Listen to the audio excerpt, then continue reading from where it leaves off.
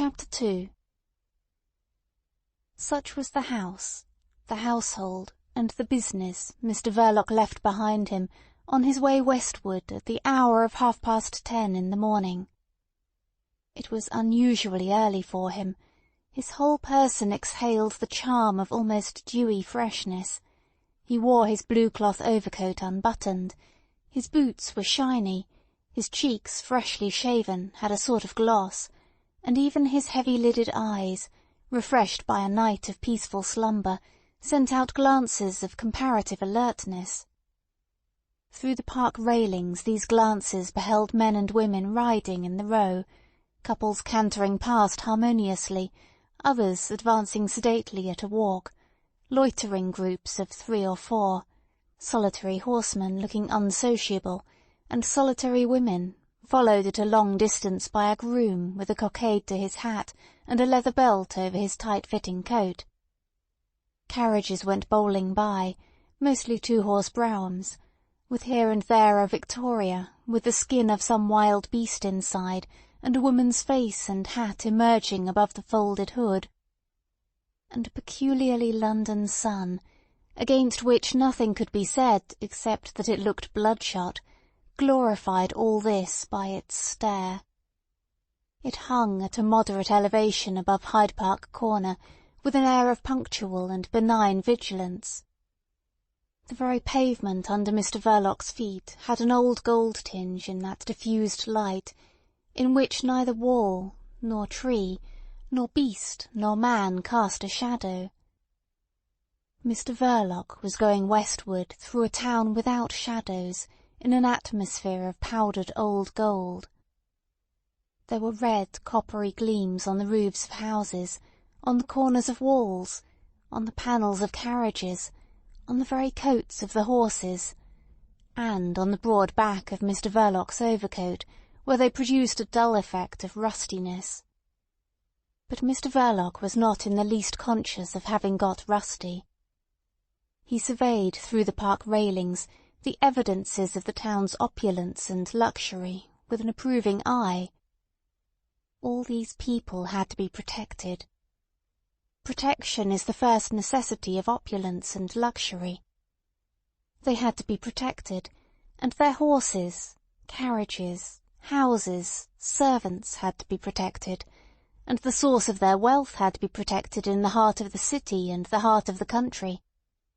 The whole social order, favourable to their hygienic idleness, had to be protected against the shallow enviousness of unhygienic labour. It had to, and Mr Verloc would have rubbed his hands with satisfaction had he not been constitutionally averse from every superfluous exertion. His idleness was not hygienic, but it suited him very well. He was, in a manner, devoted to it with a sort of inert fanaticism, or perhaps rather with a fanatical inertness. Born of industrious parents for a life of toil, he had embraced indolence from an impulse as profound, as inexplicable, and as imperious as the impulse which directs a man's preference for one particular woman in a given 1,000. He was too lazy even for a mere demagogue, for a workman orator, for a leader of labour. It was too much trouble. He required a more perfect form of ease, or it might have been that he was the victim of a philosophical unbelief in the effectiveness of every human effort. Such a form of indolence implies, a certain amount of intelligence. Mr Verloc was not devoid of intelligence, and at the notion of a menaced social order he would perhaps have winked to himself, if there had not been an effort to make in that sign of scepticism. His big, prominent eyes were not well adapted to winking. They were rather of the sort that closes solemnly in slumber with majestic effect. Undemonstrative and burly in a fat pig style, Mr Verloc, without either rubbing his hands with satisfaction or winking sceptically at his thoughts, proceeded on his way. He trod the pavement heavily with his shiny boots, and his general get-up was that of a well-to-do mechanic in business for himself. He might have been anything from a picture frame maker to a locksmith, an employer of labour in a small way. But there was also about him an indescribable air which no mechanic could have acquired in the practice of his handicraft, however dishonestly exercised, the air common to men who live on the vices, the follies, or the baser fears of mankind, the air of moral nihilism common to keepers of gambling hells and disorderly houses, to private detectives and inquiry agents, to drink-sellers, and, I should say, to the sellers of invigorating electric belts, and to the inventors of patent medicines. But of that last I am not sure, not having carried my investigations so far into the depths. For all I know, the expression of these last may be perfectly diabolic. I shouldn't be surprised. What I want to affirm is that Mr. Verloc's expression was by no means diabolic. Before reaching Knightsbridge, Mr. Verloc took a turn to the left, out of the busy main thoroughfare, uproarious with the traffic of swaying omnibuses and trotting vans, in the almost silent, swift flow of hansoms. Under his hat, worn with a slight backward tilt, his hair had been carefully brushed into respectful sleekness, for his business was with an embassy. And Mr. Verloc, steady like a rock, a soft kind of rock, marched now along a street which could with every propriety be described as private. In its breadth, emptiness, and extent it had the majesty of inorganic nature, of matter that never dies. The only reminder of mortality was a doctor's brougham, arrested in august solitude close to the curbstone. The polished knockers of the doors gleamed as far as the eye could reach, the clean windows shone with a dark opaque lustre. And all was still. But a milk cart rattled noisily across the distant perspective, a butcher boy, driving with the noble recklessness of a charioteer at Olympic Games, dashed round the corner, sitting high above a pair of red wheels. A guilty-looking cat issuing from under the stones ran for a while in front of Mr. Verloc, then dived into another basement, and a thick police constable, looking a stranger to every emotion, as if he too were part of inorganic nature, surging apparently out of a lamp-post, took not the slightest notice of Mr. Verloc.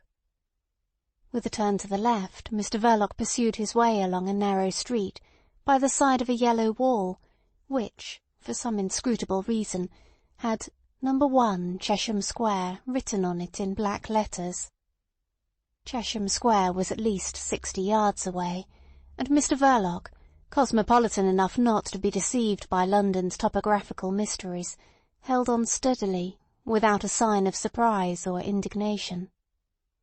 At last, with business-like persistency, he reached the square, and made diagonally for the No. 10.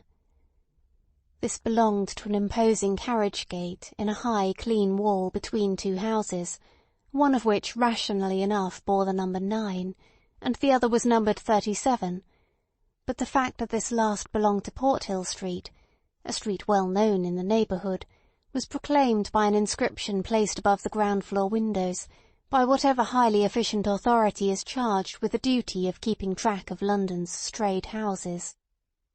Why powers are not asked of Parliament, a short act would do, for compelling those edifices to return where they belong is one of the mysteries of municipal administration. Mr. Verloc did not trouble his head about it, his mission in life being the protection of the social mechanism, not its perfectionment or even its criticism. It was so early that the porter of the embassy issued hurriedly out of his lodge, still struggling with the left sleeve of his livery coat. His waistcoat was red, and he wore knee-breeches, but his aspect was flustered. Mr. Verloc, aware of the rush on his flank, drove it off by simply holding out an envelope stamped with the arms of the embassy, and passed on. He produced the same talisman also to the footman who opened the door, and stood back to let him enter the hall. A clear fire burned in a tall fireplace, and an elderly man standing with his back to it, in evening dress and with a chain round his neck, glanced up from the newspaper he was holding, spread out in both hands, before his calm and severe face. He didn't move, but another lackey, in brown trousers and claw-hammer coat edged with thin yellow cord, approaching Mr Verloc, listened to the murmur of his name, and turning round on his heel in silence, began to walk, without looking back once. Mr Verloc, thus led along a ground-floor passage to the left of the great carpeted staircase, was suddenly motioned to enter a quite small room, furnished with a heavy writing-table and a few chairs. The servant shut the door, and Mr Verloc remained alone. He did not take a seat. With his hat and stick held in one hand, he glanced about, passing his other podgy hand over his uncovered sleek head. Another door opened noiselessly, and Mr Verloc, immobilizing his glance in that direction, saw at first only black clothes, the bald top of a head, and a drooping dark grey whisker on either side of a pair of wrinkled hands. The person who had entered was holding a batch of papers before his eyes, and walked up to the table with a rather mincing step, turning the papers over the while. Privy Councillor Vermt, Chancelier d'Ambassade, was rather short-sighted.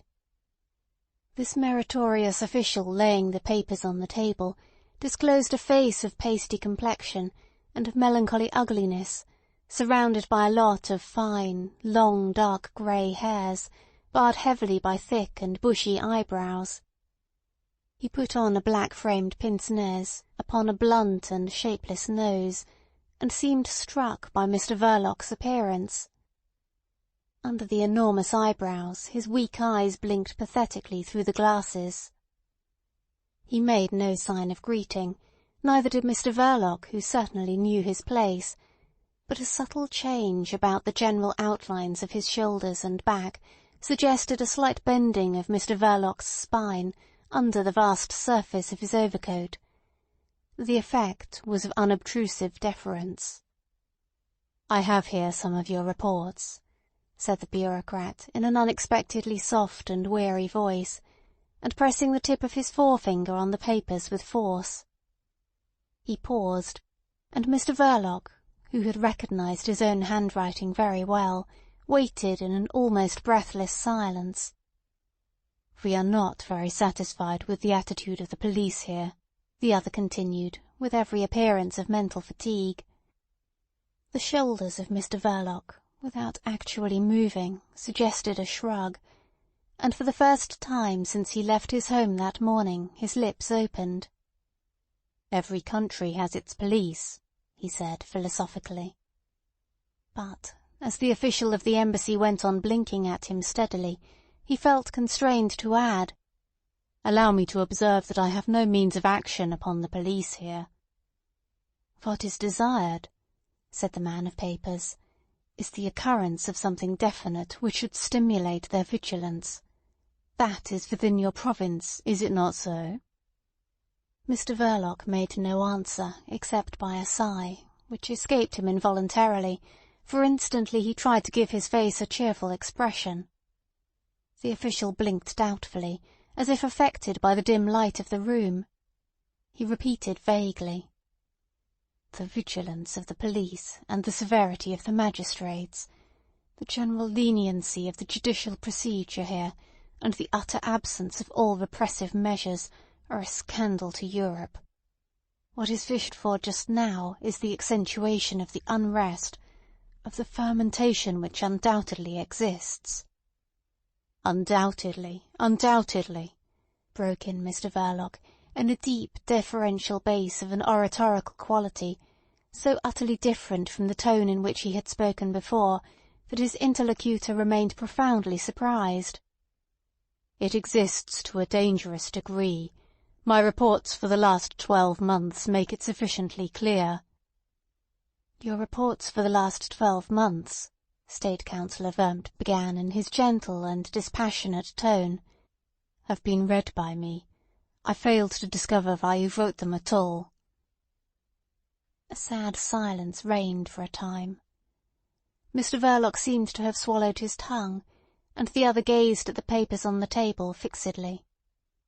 At last he gave them a slight push. "The state of affairs you expose there is assumed to exist as the first condition of your employment. What is required at present is not writing, but the bringing to light of a distinct, significant fact.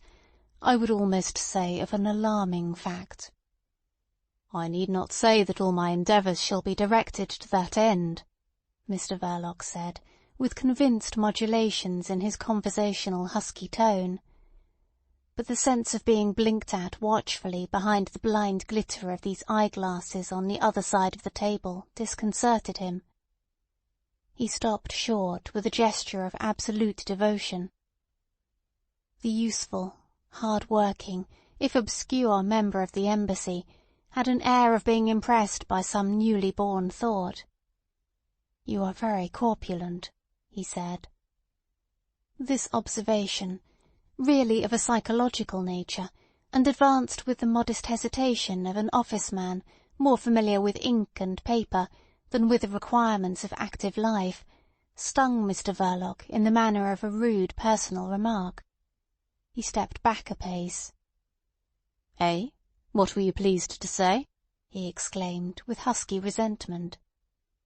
The Chancelier d'Ambassade, entrusted with the conduct of this interview, seemed to find it too much for him.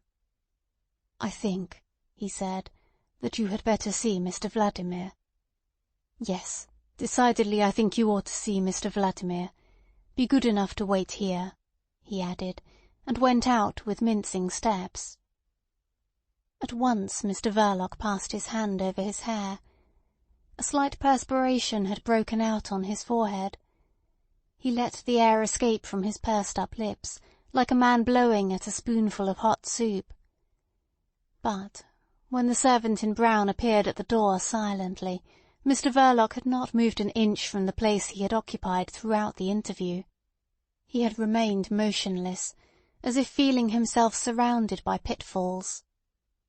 He walked along a passage lighted by a lonely gas-jet, then up a flight of winding stairs, and through a glazed and cheerful corridor on the first floor. The footman threw open a door and stood aside. The feet of Mr Verloc felt a thick carpet. The room was large, with 3 windows, and a young man with a shaven, big face, sitting in a roomy armchair before a vast mahogany writing-table, said in French to the Chancelier d'Ambassade, who was going out with the papers in his hand, "You are quite right, mon cher. He's fat, the animal." Mr Vladimir, first secretary, had a drawing-room reputation as an agreeable and entertaining man. He was something of a favourite in society. His wit consisted in discovering droll connections between incongruous ideas, and when talking in that strain he sat well forward of his seat, with his left hand raised, as if exhibiting his funny demonstrations between the thumb and forefinger, while his round and clean-shaven face wore an expression of merry perplexity. But there was no trace of merriment or perplexity in the way he looked at Mr Verloc. Lying far back in the deep armchair, with squarely spread elbows, and throwing one leg over a thick knee, he had, with his smooth and rosy countenance, the air of a preternaturally thriving baby that will not stand nonsense from anybody. "You understand French, I suppose?" he said. Mr Verloc stated huskily that he did. His whole vast bulk had a forward inclination. He stood on the carpet in the middle of the room, clutching his hat and stick in one hand, the other hung lifelessly by his side. He muttered unobtrusively somewhere deep down in his throat something about having done his military service in the French artillery. At once, with contemptuous perversity, Mr Vladimir changed the language, and began to speak idiomatic English without the slightest trace of a foreign accent. "Ah, yes, of course. Let's see. How much did you get for obtaining the design of the improved breech-block of their new field gun?" "5 years rigorous confinement in a fortress," Mr. Verloc answered unexpectedly, but without any sign of feeling. "You got off easily," was Mr. Vladimir's comment. "And anyhow, it served you right for letting yourself get caught. What made you go in for that sort of thing, eh?" Mr. Verloc's husky conversational voice was heard speaking of youth, of a fatal infatuation for an unworthy. "Ah, cherchez la femme," Mr. Vladimir deigned to interrupt, unbending, but without affability. There was, on the contrary, a touch of grimness in his condescension. "How long have you been employed by the embassy here?" he asked. "Ever since the time of the late Baron Stott-Wartenheim," Mr. Verloc answered in subdued tones, and protruding his lips sadly, in sign of sorrow for the deceased diplomat. The First Secretary observed this play of physiognomy steadily. "Ah, ever since. Well, what have you got to say for yourself?" he asked sharply. Mr. Verloc answered with some surprise that he was not aware of having anything special to say. He had been summoned by a letter. And he plunged his hand busily into the side pocket of his overcoat, but before the mocking, cynical watchfulness of Mr. Vladimir concluded to leave it there. "Bah!" said that latter. "What do you mean by getting out of condition like this? You haven't even got the physique of your profession. You, a member of a starving proletariat? Never. You, a desperate socialist or anarchist? Which is it?" "Anarchist," stated Mr. Verloc in a deadened tone. "Bosh," went on Mr. Vladimir, without raising his voice. "You startled old Wurmt himself. You wouldn't deceive an idiot. They are all that, by the by, but you seem to me simply impossible. So you began your connection with us by stealing the French gun designs. And you got yourself caught. That must have been very disagreeable to our government. You don't seem to be very smart." Mr. Verloc tried to exculpate himself huskily. "As I've had occasion to observe before, a fatal infatuation for an unworthy." Mr. Vladimir raised a large, white, plump hand. "Ah, yes. The unlucky attachment of your youth. She got hold of the money and then sold you to the police, eh?" The doleful change in Mr. Verloc's physiognomy, the momentary drooping of his whole person, confessed that such was the regrettable case. Mr. Vladimir's hand clasped the ankle reposing on his knee. The sock was of dark blue silk. "You see, that was not very clever of you. Perhaps you were too susceptible." Mr. Verloc intimated in a throaty, veiled murmur that he was no longer young.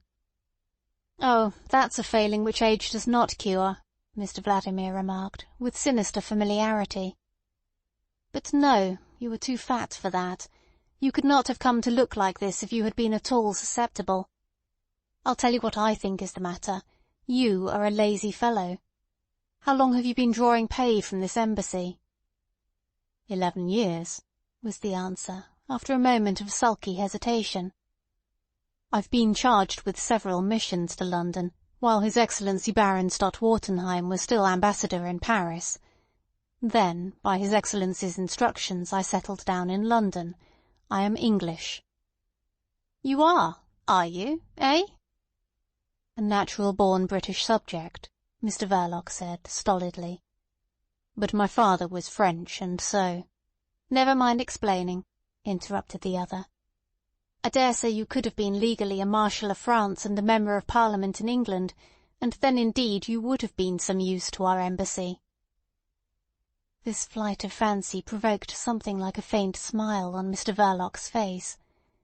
Mr. Vladimir retained an imperturbable gravity. "But, as I've said, you are a lazy fellow. You don't use your opportunities.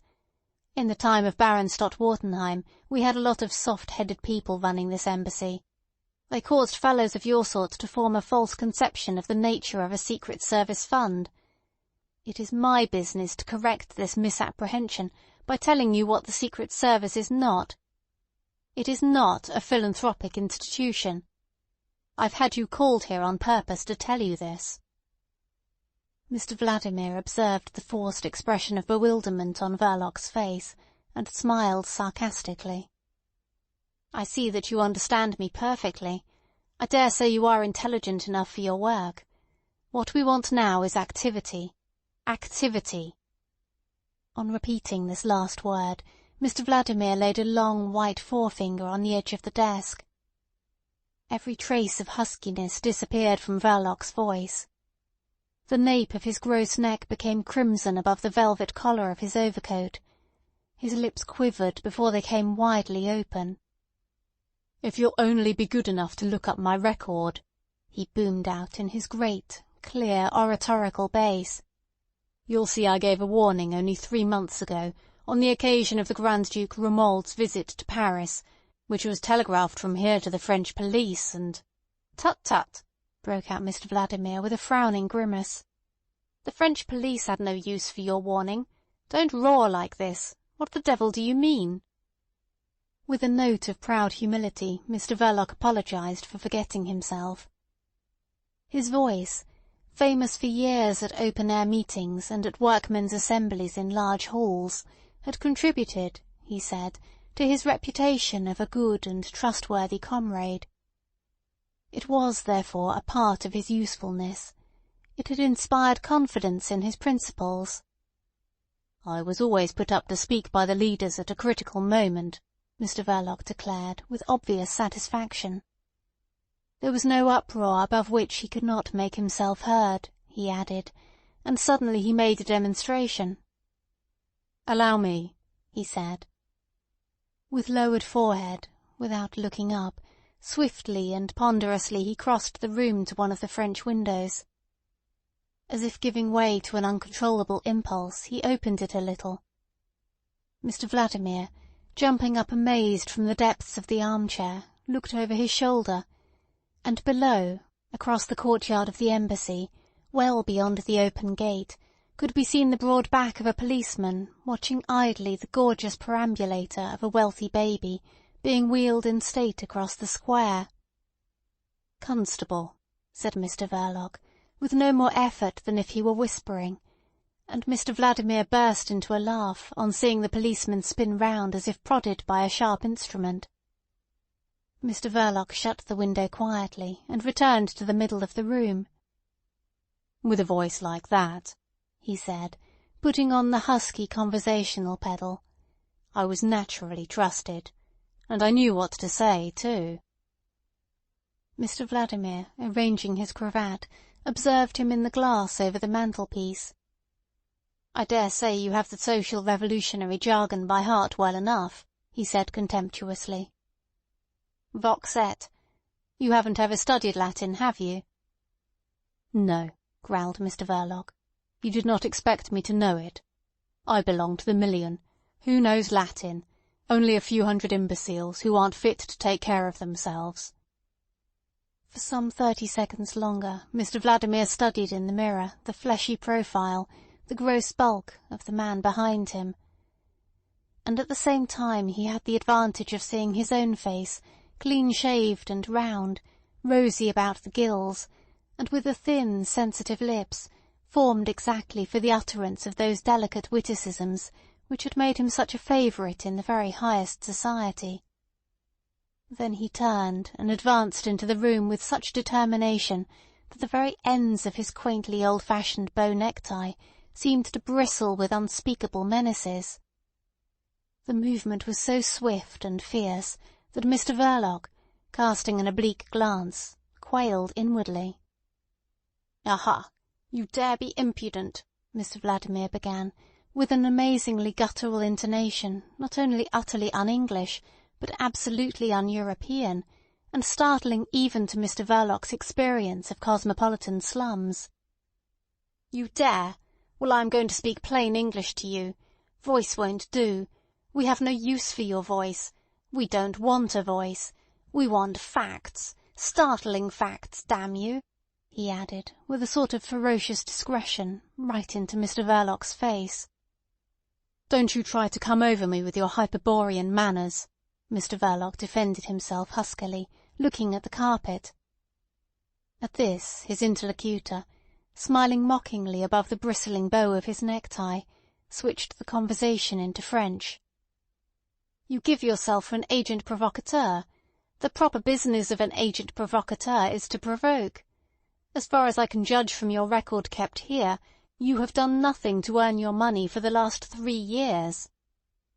"Nothing!" exclaimed Verloc, stirring not a limb, and not raising his eyes, but with the note of sincere feeling in his tone. "I have several times prevented what might have been." "There is a proverb in this country which says prevention is better than cure," interrupted Mr. Vladimir, throwing himself into the armchair. "It is stupid in a general way. There is no end to prevention. But it is characteristic. They dislike finality in this country. Don't you be too English. And, in this particular instance, don't be absurd. The evil is already here. We don't want prevention. We want cure." He paused, turned to the desk, and turning over some papers lying there, spoke in a changed, businesslike tone, without looking at Mr. Verloc. "You know, of course, of the International Conference assembled in Milan?" Mr. Verloc intimated hoarsely that he was in the habit of reading the daily papers. To a further question his answer was that of course he understood what he read. At this Mr. Vladimir, smiling faintly at the documents he was still scanning one after another, murmured, "As long as it is not written in Latin, I suppose." "Or Chinese," added Mr. Verloc stolidly. Some of your revolutionary friends' effusions are written in a charabia every bit as incomprehensible as Chinese." Mr. Vladimir let fall disdainfully a grey sheet of printed matter. "What are all these leaflets headed F.P., with a hammer, pen, and torch crossed? What does it mean, this F.P.?" Mr. Verloc approached the imposing writing table. "The future of the proletariat. It's a society," he explained, standing ponderously by the side of the armchair. "Not anarchist in principle, but open to all shades of revolutionary opinion." "Are you in it?" "One of the vice-presidents," Mr. Verloc breathed out heavily, and the first secretary of the embassy raised his head to look at him. "Then you ought to be ashamed of yourself," he said incisively. "Isn't your society capable of anything else but printing this prophetic bosh in blunt type on this filthy paper, eh? Why don't you do something? Look here, I've this matter in hand now, and I tell you plainly that you will have to earn your money. The good old Stott Wartenheim days are over. No work, no pay." Mr. Verloc felt a queer sensation of faintness in his stout legs. He stepped back one pace and blew his nose loudly. He was, in truth, startled and alarmed. The rusty London sunshine struggling clear of the London mist shed a lukewarm brightness into the First Secretary's private room, and in the silence Mr. Verloc heard against a window-pane the faint buzzing of a fly, his first fly of the year, heralding better than any number of swallows the approach of spring. The useless fussing of that tiny, energetic organism affected unpleasantly this big man threatened in his indolence. In the pause Mr. Vladimir formulated in his mind a series of disparaging remarks concerning Mr. Verloc's face and figure.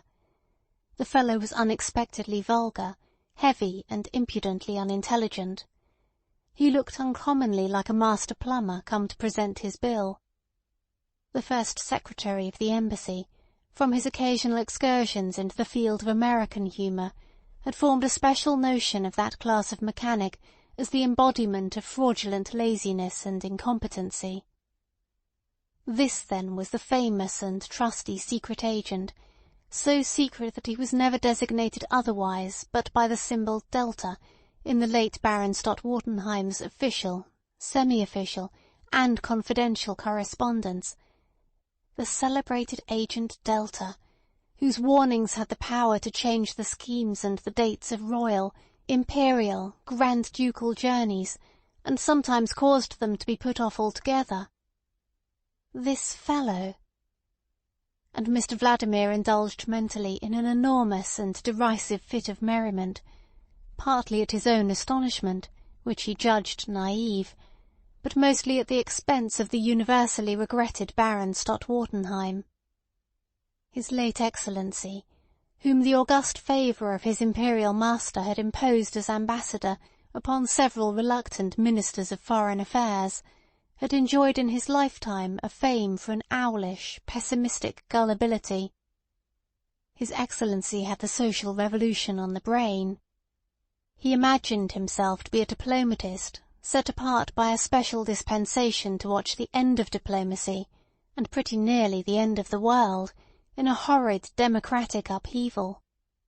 His prophetic and doleful dispatches had been for years the joke of Foreign Offices. He was said to have exclaimed on his deathbed, visited by his imperial friend and master, "Unhappy Europe, thou shalt perish by the moral insanity of thy children." He was fated to be the victim of the first humbugging rascal that came along, thought Mr. Vladimir, smiling vaguely at Mr. Verloc. "You ought to venerate the memory of Baron Stott-Wartenheim," he exclaimed suddenly. The lowered physiognomy of Mr. Verloc expressed a sombre and weary annoyance. "Permit me to observe to you," he said, "that I came here because I was summoned by a peremptory letter. I have been here only twice before in the last 11 years, and certainly never at 11 in the morning. It isn't very wise to call me up like this. There is just a chance of being seen, and that would be no joke for me." Mr. Vladimir shrugged his shoulders. "It would destroy my usefulness," continued the other hotly. "That's your affair," murmured Mr. Vladimir with soft brutality. "When you cease to be useful you shall cease to be employed. Yes, right off, cut short, you shall—" Mr. Vladimir, frowning, paused, at a loss for a sufficiently idiomatic expression, and instantly brightened up, with a grin of beautifully white teeth. "You shall be chucked," he brought out ferociously. Once more Mr. Verloc had to react with all the force of his will against that sensation of faintness running down one's legs, which, once upon a time, had inspired some poor devil with the felicitous expression, "My heart went down into my boots." Mr. Verloc, aware of the sensation, raised his head bravely. Mr. Vladimir bore the look of heavy inquiry with perfect serenity. "What we want is to administer a tonic to the conference in Milan," he said airily. "Its deliberations upon international action for the suppression of political crime don't seem to get anywhere. England lags. This country is absurd with its sentimental regard for individual liberty. It's intolerable to think that all your friends have only got to come over to—" "In that way I have them all under my eye," Mr. Verloc interrupted huskily. "It would be much more to the point to have them all under lock and key. England must be brought into line. The imbecile bourgeoisie of this country make themselves the accomplices of the very people whose aim is to drive them out of their houses to starve in ditches. And they have the political power still, if they only had the sense to use it for their preservation. I suppose you agree that the middle classes are stupid?" Mr. Verloc agreed hoarsely. "They are." "They have no imagination. They are blinded by an idiotic vanity. What they want just now is a jolly good scare. This is the psychological moment to set your friends to work. I have had you called here to develop to you my idea." And Mr. Vladimir developed his idea from on high, with scorn and condescension, displaying at the same time an amount of ignorance as to the real aims, thoughts, and methods of the revolutionary world, which filled the silent Mr. Verloc with inward consternation. He confounded causes with effects more than was excusable, the most distinguished propagandists with impulsive bomb-throwers, assumed organisation where in the nature of things it could not exist, spoke of the Social Revolutionary Party, one moment as of a perfectly disciplined army, where the word of chiefs was supreme, and at another as if it had been the loosest association of desperate brigands that ever camped in a mountain gorge. Once Mr. Verloc had opened his mouth for a protest, but the raising of a shapely, large white hand arrested him. Very soon he became too appalled to even try to protest. He listened in a stillness of dread which resembled the immobility of profound attention. "A series of outrages," Mr. Vladimir continued calmly, "executed here in this country, not only planned here, that would not do, they would not mind. Your friends could set half the continent on fire without influencing the public opinion here in favour of a universal repressive legislation. They will not look outside their backyard here." Mr. Verloc cleared his throat, but his heart failed him, and he said nothing. "These outrages need not be especially sanguinary," Mr. Vladimir went on, as if delivering a scientific lecture. "But they must be sufficiently startling, effective. Let them be directed against buildings, for instance. What is the fetish of the hour that all the bourgeoisie recognise, eh, Mr. Verloc?" Mr. Verloc opened his hands and shrugged his shoulders slightly. "You are too lazy to think," was Mr. Vladimir's comment upon that gesture. "Pay attention to what I say. The fetish of today is neither royalty nor religion. Therefore the palace and the church should be left alone. You understand what I mean, Mr. Verloc?" The dismay and the scorn of Mr. Verloc found vent in an attempt at levity. "Perfectly. But what of the embassies? A series of attacks on the various embassies," he began, but he could not withstand the cold, watchful stare of the First Secretary. "You can be facetious, I see," the latter observed carelessly. "That's all right. It may enliven your oratory at socialistic congresses. But this room is no place for it. It would be infinitely safer for you to follow carefully what I am saying. As you are being called upon to furnish facts, instead of cock-and-bull stories, you had better try to make your profit off what I am taking the trouble to explain to you. The sacrosanct fetish of today is science. Why don't you get some of your friends to go for that wooden-faced panjandrum, eh? Is it not part of these institutions which must be swept away before the FP comes along?" Mr. Verloc said nothing. He was afraid to open his lips lest a groan should escape him. "This is what you should try for. An attempt upon a crowned head or on a president is sensational enough, in a way, but not so much as it used to be. It has entered into the general conception of the existence of all chiefs of state. It's almost conventional, especially since so many presidents have been assassinated. Now let us take an outrage upon, say, a church. Horrible enough at first sight, no doubt, and yet not so effective as a person of an ordinary mind might think. No matter how revolutionary and anarchist in inception, there would be fools enough to give such an outrage the character of a religious manifestation, and that would detract from the especial alarming significance we wish to give to the act. A murderous attempt on a restaurant or a theatre would suffer in the same way from the suggestion of non-political passion, the exasperation of a hungry man, an act of social revenge. All this is used up. It is no longer instructive as an object lesson in revolutionary anarchism.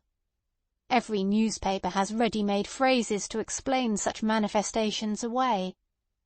I am about to give you the philosophy of bomb-throwing from my point of view, from the point of view you pretend to have been serving for the last 11 years. I will try not to talk above your head. The sensibilities of the class you are attacking are soon blunted. Property seems to them an indestructible thing. You can't count upon their emotions, either of pity or fear, for very long. A bomb outrage, to have any influence on public opinion now, must go beyond the intention of vengeance or terrorism. It must be purely destructive.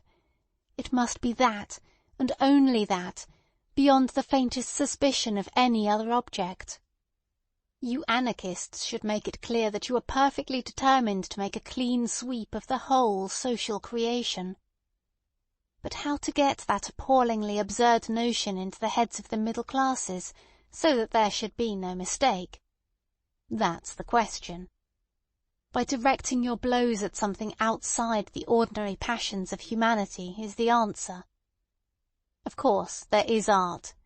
A bomb in the National Gallery would make some noise. But it would not be serious enough. Art has never been their fetish. It's like breaking a few back windows in a man's house, whereas, if you want to make him really sit up, you must try at least to raise the roof. There would be some screaming, of course. But from whom? Artists, art critics and such like, people of no account. Nobody minds what they say. But there is learning, science. Any imbecile that has got an income believes in that. He does not know why, but he believes it matters somehow. It is the sacrosanct fetish. All the damned professors are radicals at heart. Let them know that their great panjandrum has got to go too, to make room for the future of the proletariat. A howl from all these intellectual idiots is bound to help forward the labours of the Milan Conference. They will be writing to the papers. Their indignation would be above suspicion, no material interests being openly at stake, and it will alarm every selfishness of the class which should be impressed. They believe that in some mysterious way science is at the source of their material prosperity. They do. And the absurd ferocity of such a demonstration will affect them more profoundly than the mangling of a whole street, or theatre, full of their own kind. To that last they can always say, "Oh, it's mere class hate." But what is one to say to an act of destructive ferocity so absurd as to be incomprehensible, inexplicable, almost unthinkable, in fact, mad? Madness alone is truly terrifying, inasmuch as you cannot placate it either by threats, persuasion, or bribes. Moreover, I am a civilized man. I would never dream of directing you to organize a mere butchery, even if I expected the best results from it. But I wouldn't expect from a butchery the result I want. Murder is always with us. It is almost an institution. The demonstration must be against learning, science. But not every science will do. The attack must have all the shocking senselessness of gratuitous blasphemy. Since bombs are your means of expression, it would be really telling if one could throw a bomb into pure mathematics. But that is impossible. I have been trying to educate you. I have expounded to you the higher philosophy of your usefulness, and suggested to you some serviceable arguments. The practical application of my teaching interests you mostly. But from the moment I have undertaken to interview you, I have also given some attention to the practical aspect of the question. What do you think of having a go at astronomy? For some time already, Mr. Verloc's immobility by the side of the armchair resembled a state of collapsed coma, a sort of passive insensibility, interrupted by slight convulsive starts, such as may be observed in the domestic dog having a nightmare on the hearth-rug. And it was in an uneasy dog-like growl that he repeated the word. Astronomy. He had not recovered thoroughly as yet from that state of bewilderment brought about by the effort to follow Mr. Vladimir's rapid, incisive utterance. It had overcome his power of assimilation. It had made him angry. This anger was complicated by incredulity. And suddenly it dawned upon him that all this was an elaborate joke. Mr. Vladimir exhibited his white teeth in a smile, with dimples on his round, full face, posed with a complacent inclination above the bristling bow of his necktie. The favourite of intelligent society women had assumed his drawing-room attitude, accompanying the delivery of delicate witticisms. Sitting well forward, his white hand upraised, he seemed to hold delicately between his thumb and forefinger the subtlety of his suggestion. There could be nothing better. Such an outrage combines the greatest possible regard for humanity with the most alarming display of ferocious imbecility. I defy the ingenuity of journalists to persuade their public that any given member of the proletariat can have a personal grievance against astronomy. Starvation itself could hardly be dragged in there, eh? And there are other advantages. The whole civilized world has heard of Greenwich. The very bootblacks in the basement of Charing Cross Station know something of it. See? The features of Mr. Vladimir, so well known in the best society by their humorous urbanity, beamed with cynical self-satisfaction, which would have astonished the intelligent women his wit entertained so exquisitely. Yes, he continued, with a contemptuous smile, the blowing up of the first meridian is bound to raise a howl of execration. A difficult business, Mr. Verloc mumbled, feeling that this was the only safe thing to say. What is the matter? Haven't you the whole gang under your hand? The very pick of the basket? That old terrorist Yunt is here. I see him walking about Piccadilly in his green havelock almost every day. And Michaelis, the ticket of leave apostle, you don't mean to say that you don't know where he is? Because if you don't, I can tell you, Mr. Vladimir went on menacingly. If you think that you are the only one on the secret fund list, you are mistaken. This perfectly gratuitous suggestion caused Mr. Verloc to shuffle his feet slightly. And the whole Lausanne lot, eh? Haven't they been flocking over here at the first hint of the Milan Conference? This is an absurd country. It will cost money, Mr. Verloc said, by a sort of instinct. That cock won't fight, Mr. Vladimir retorted, with an amazingly genuine English accent. You'll get your screw every month and no more till something happens. And if nothing happens, very soon you won't get even that. What's your ostensible occupation? What are you supposed to live by? I keep a shop, answered Mr. Verloc. A shop? What sort of shop? Stationery, newspapers. My wife— Your what? Interrupted Mr. Vladimir, in his guttural Central Asian tones. My wife— Mr. Verloc raised his husky voice slightly. I am married. That be damned for a yarn, exclaimed the other in unfeigned astonishment. Married? And you a professed anarchist, too? What is this confounded nonsense? But I suppose it's merely a manner of speaking. Anarchists don't marry. It's well known. They can't. It would be apostasy. My wife isn't one, Mr. Verloc mumbled sulkily.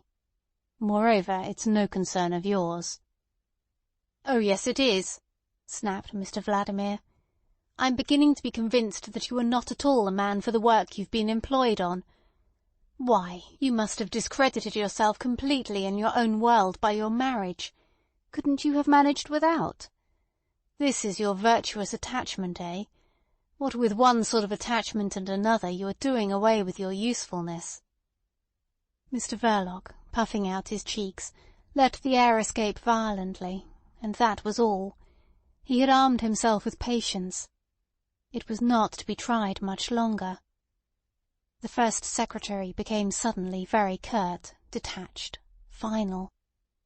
You may go now, he said. A dynamite outrage must be provoked. I give you a month. The sittings of the conference are suspended. Before it reassembles again, something must have happened here, or your connection with us ceases. He changed the note once more with an unprincipled versatility. Think over my philosophy, Mr. Verloc, he said, with a sort of chafing condescension, waving his hand towards the door. Go for the first meridian. You don't know the middle classes as well as I do. Their sensibilities are jaded. The first meridian. Nothing better and nothing easier, I should think. He had got up, and with his thin, sensitive lips twitching humorously, watched in the glass over the mantelpiece Mr. Verloc backing out of the room heavily, hat and stick in hand. The door closed. The footman in trousers, appearing suddenly in the corridor, let Mr. Verloc another way out, and through a small door in the corner of the courtyard. The porter standing at the gate ignored his exit completely, and Mr. Verloc retraced the path of his morning's pilgrimage as if in a dream, an angry dream. This detachment from the material world was so complete that, though the mortal envelope of Mr Verloc had not hastened unduly along the streets, that part of him to which it would be unwarrantably rude to refuse immortality found itself at the shop door all at once, as if borne from west to east on the wings of a great wind. He walked straight behind the counter, and sat down on a wooden chair that stood there. No one appeared to disturb his solitude. Stevie, put into a green baize apron, was now sweeping and dusting upstairs, intent and conscientious, as though he were playing at it, and Mrs Verloc, warned in the kitchen by the clatter of the cracked bell, had merely come to the glazed door of the parlour, and, putting the curtain aside a little, had peered into the dim shop. Seeing her husband sitting there shadowy and bulky, with his hat tilted far back on his head, she had at once returned to her stove. An hour or more later she took the green baize apron off her brother Stevie, and instructed him to wash his hands and face in the peremptory tone she had used in that connection for 15 years or so, ever since she had, in fact, ceased to attend to the boy's hands and face herself. She spared presently a glance away from her dishing up, for the inspection of that face and those hands which Stevie, approaching the kitchen table, offered for her approval with an air of self-assurance hiding a perpetual residue of anxiety. Formerly the anger of the father was the supremely effective sanction of these rites, but Mr Verloc's placidity in domestic life would have made all mention of anger incredible even to poor Stevie's nervousness. The theory was that Mr Verloc would have been inexpressibly pained and shocked by any deficiency of cleanliness at meal-times. Winnie, after the death of her father, found considerable consolation in the feeling that she need no longer tremble for poor Stevie. She could not bear to see the boy hurt. It maddened her. As a little girl she had often faced with blazing eyes the irascible, licensed victualler in defence of her brother. Nothing now in Mrs Verloc's appearance could lead one to suppose that she was capable of a passionate demonstration. She finished her dishing up. The table was laid in the parlour. Going to the foot of the stairs she screamed out, "Mother!" Then, opening the glazed door leading to the shop, she said quietly, "Adolf." Mr Verloc had not changed his position. He had not apparently stirred a limb for an hour and a half. He got up heavily, and came to dinner in his overcoat and with his hat on, without uttering a word. His silence in itself had nothing startlingly unusual in this household, hidden in the shades of the sordid street, seldom touched by the sun, behind the dim shop with its wares of disreputable rubbish. Only that day Mr Verloc's taciturnity was so obviously thoughtful that the two women were impressed by it. They sat silent themselves, keeping a watchful eye on poor Stevie, lest he should break out into one of his fits of loquacity. He faced Mr Verloc across the table, and remained very good and quiet, staring vacantly. The endeavour to keep him from making himself objectionable in any way to the master of the house put no inconsiderable anxiety into these two women's lives. That boy, as they alluded to him softly between themselves, had been a source of that sort of anxiety almost from the very day of his birth. The late licensed victualler's humiliation at having such a very peculiar boy for a son manifested itself by a propensity to brutal treatment, for he was a person of fine sensibilities, and his sufferings as a man and a father were perfectly genuine. Afterwards Stevie had to be kept from making himself a nuisance to the single gentlemen lodgers, who are themselves a queer lot, and are easily aggrieved.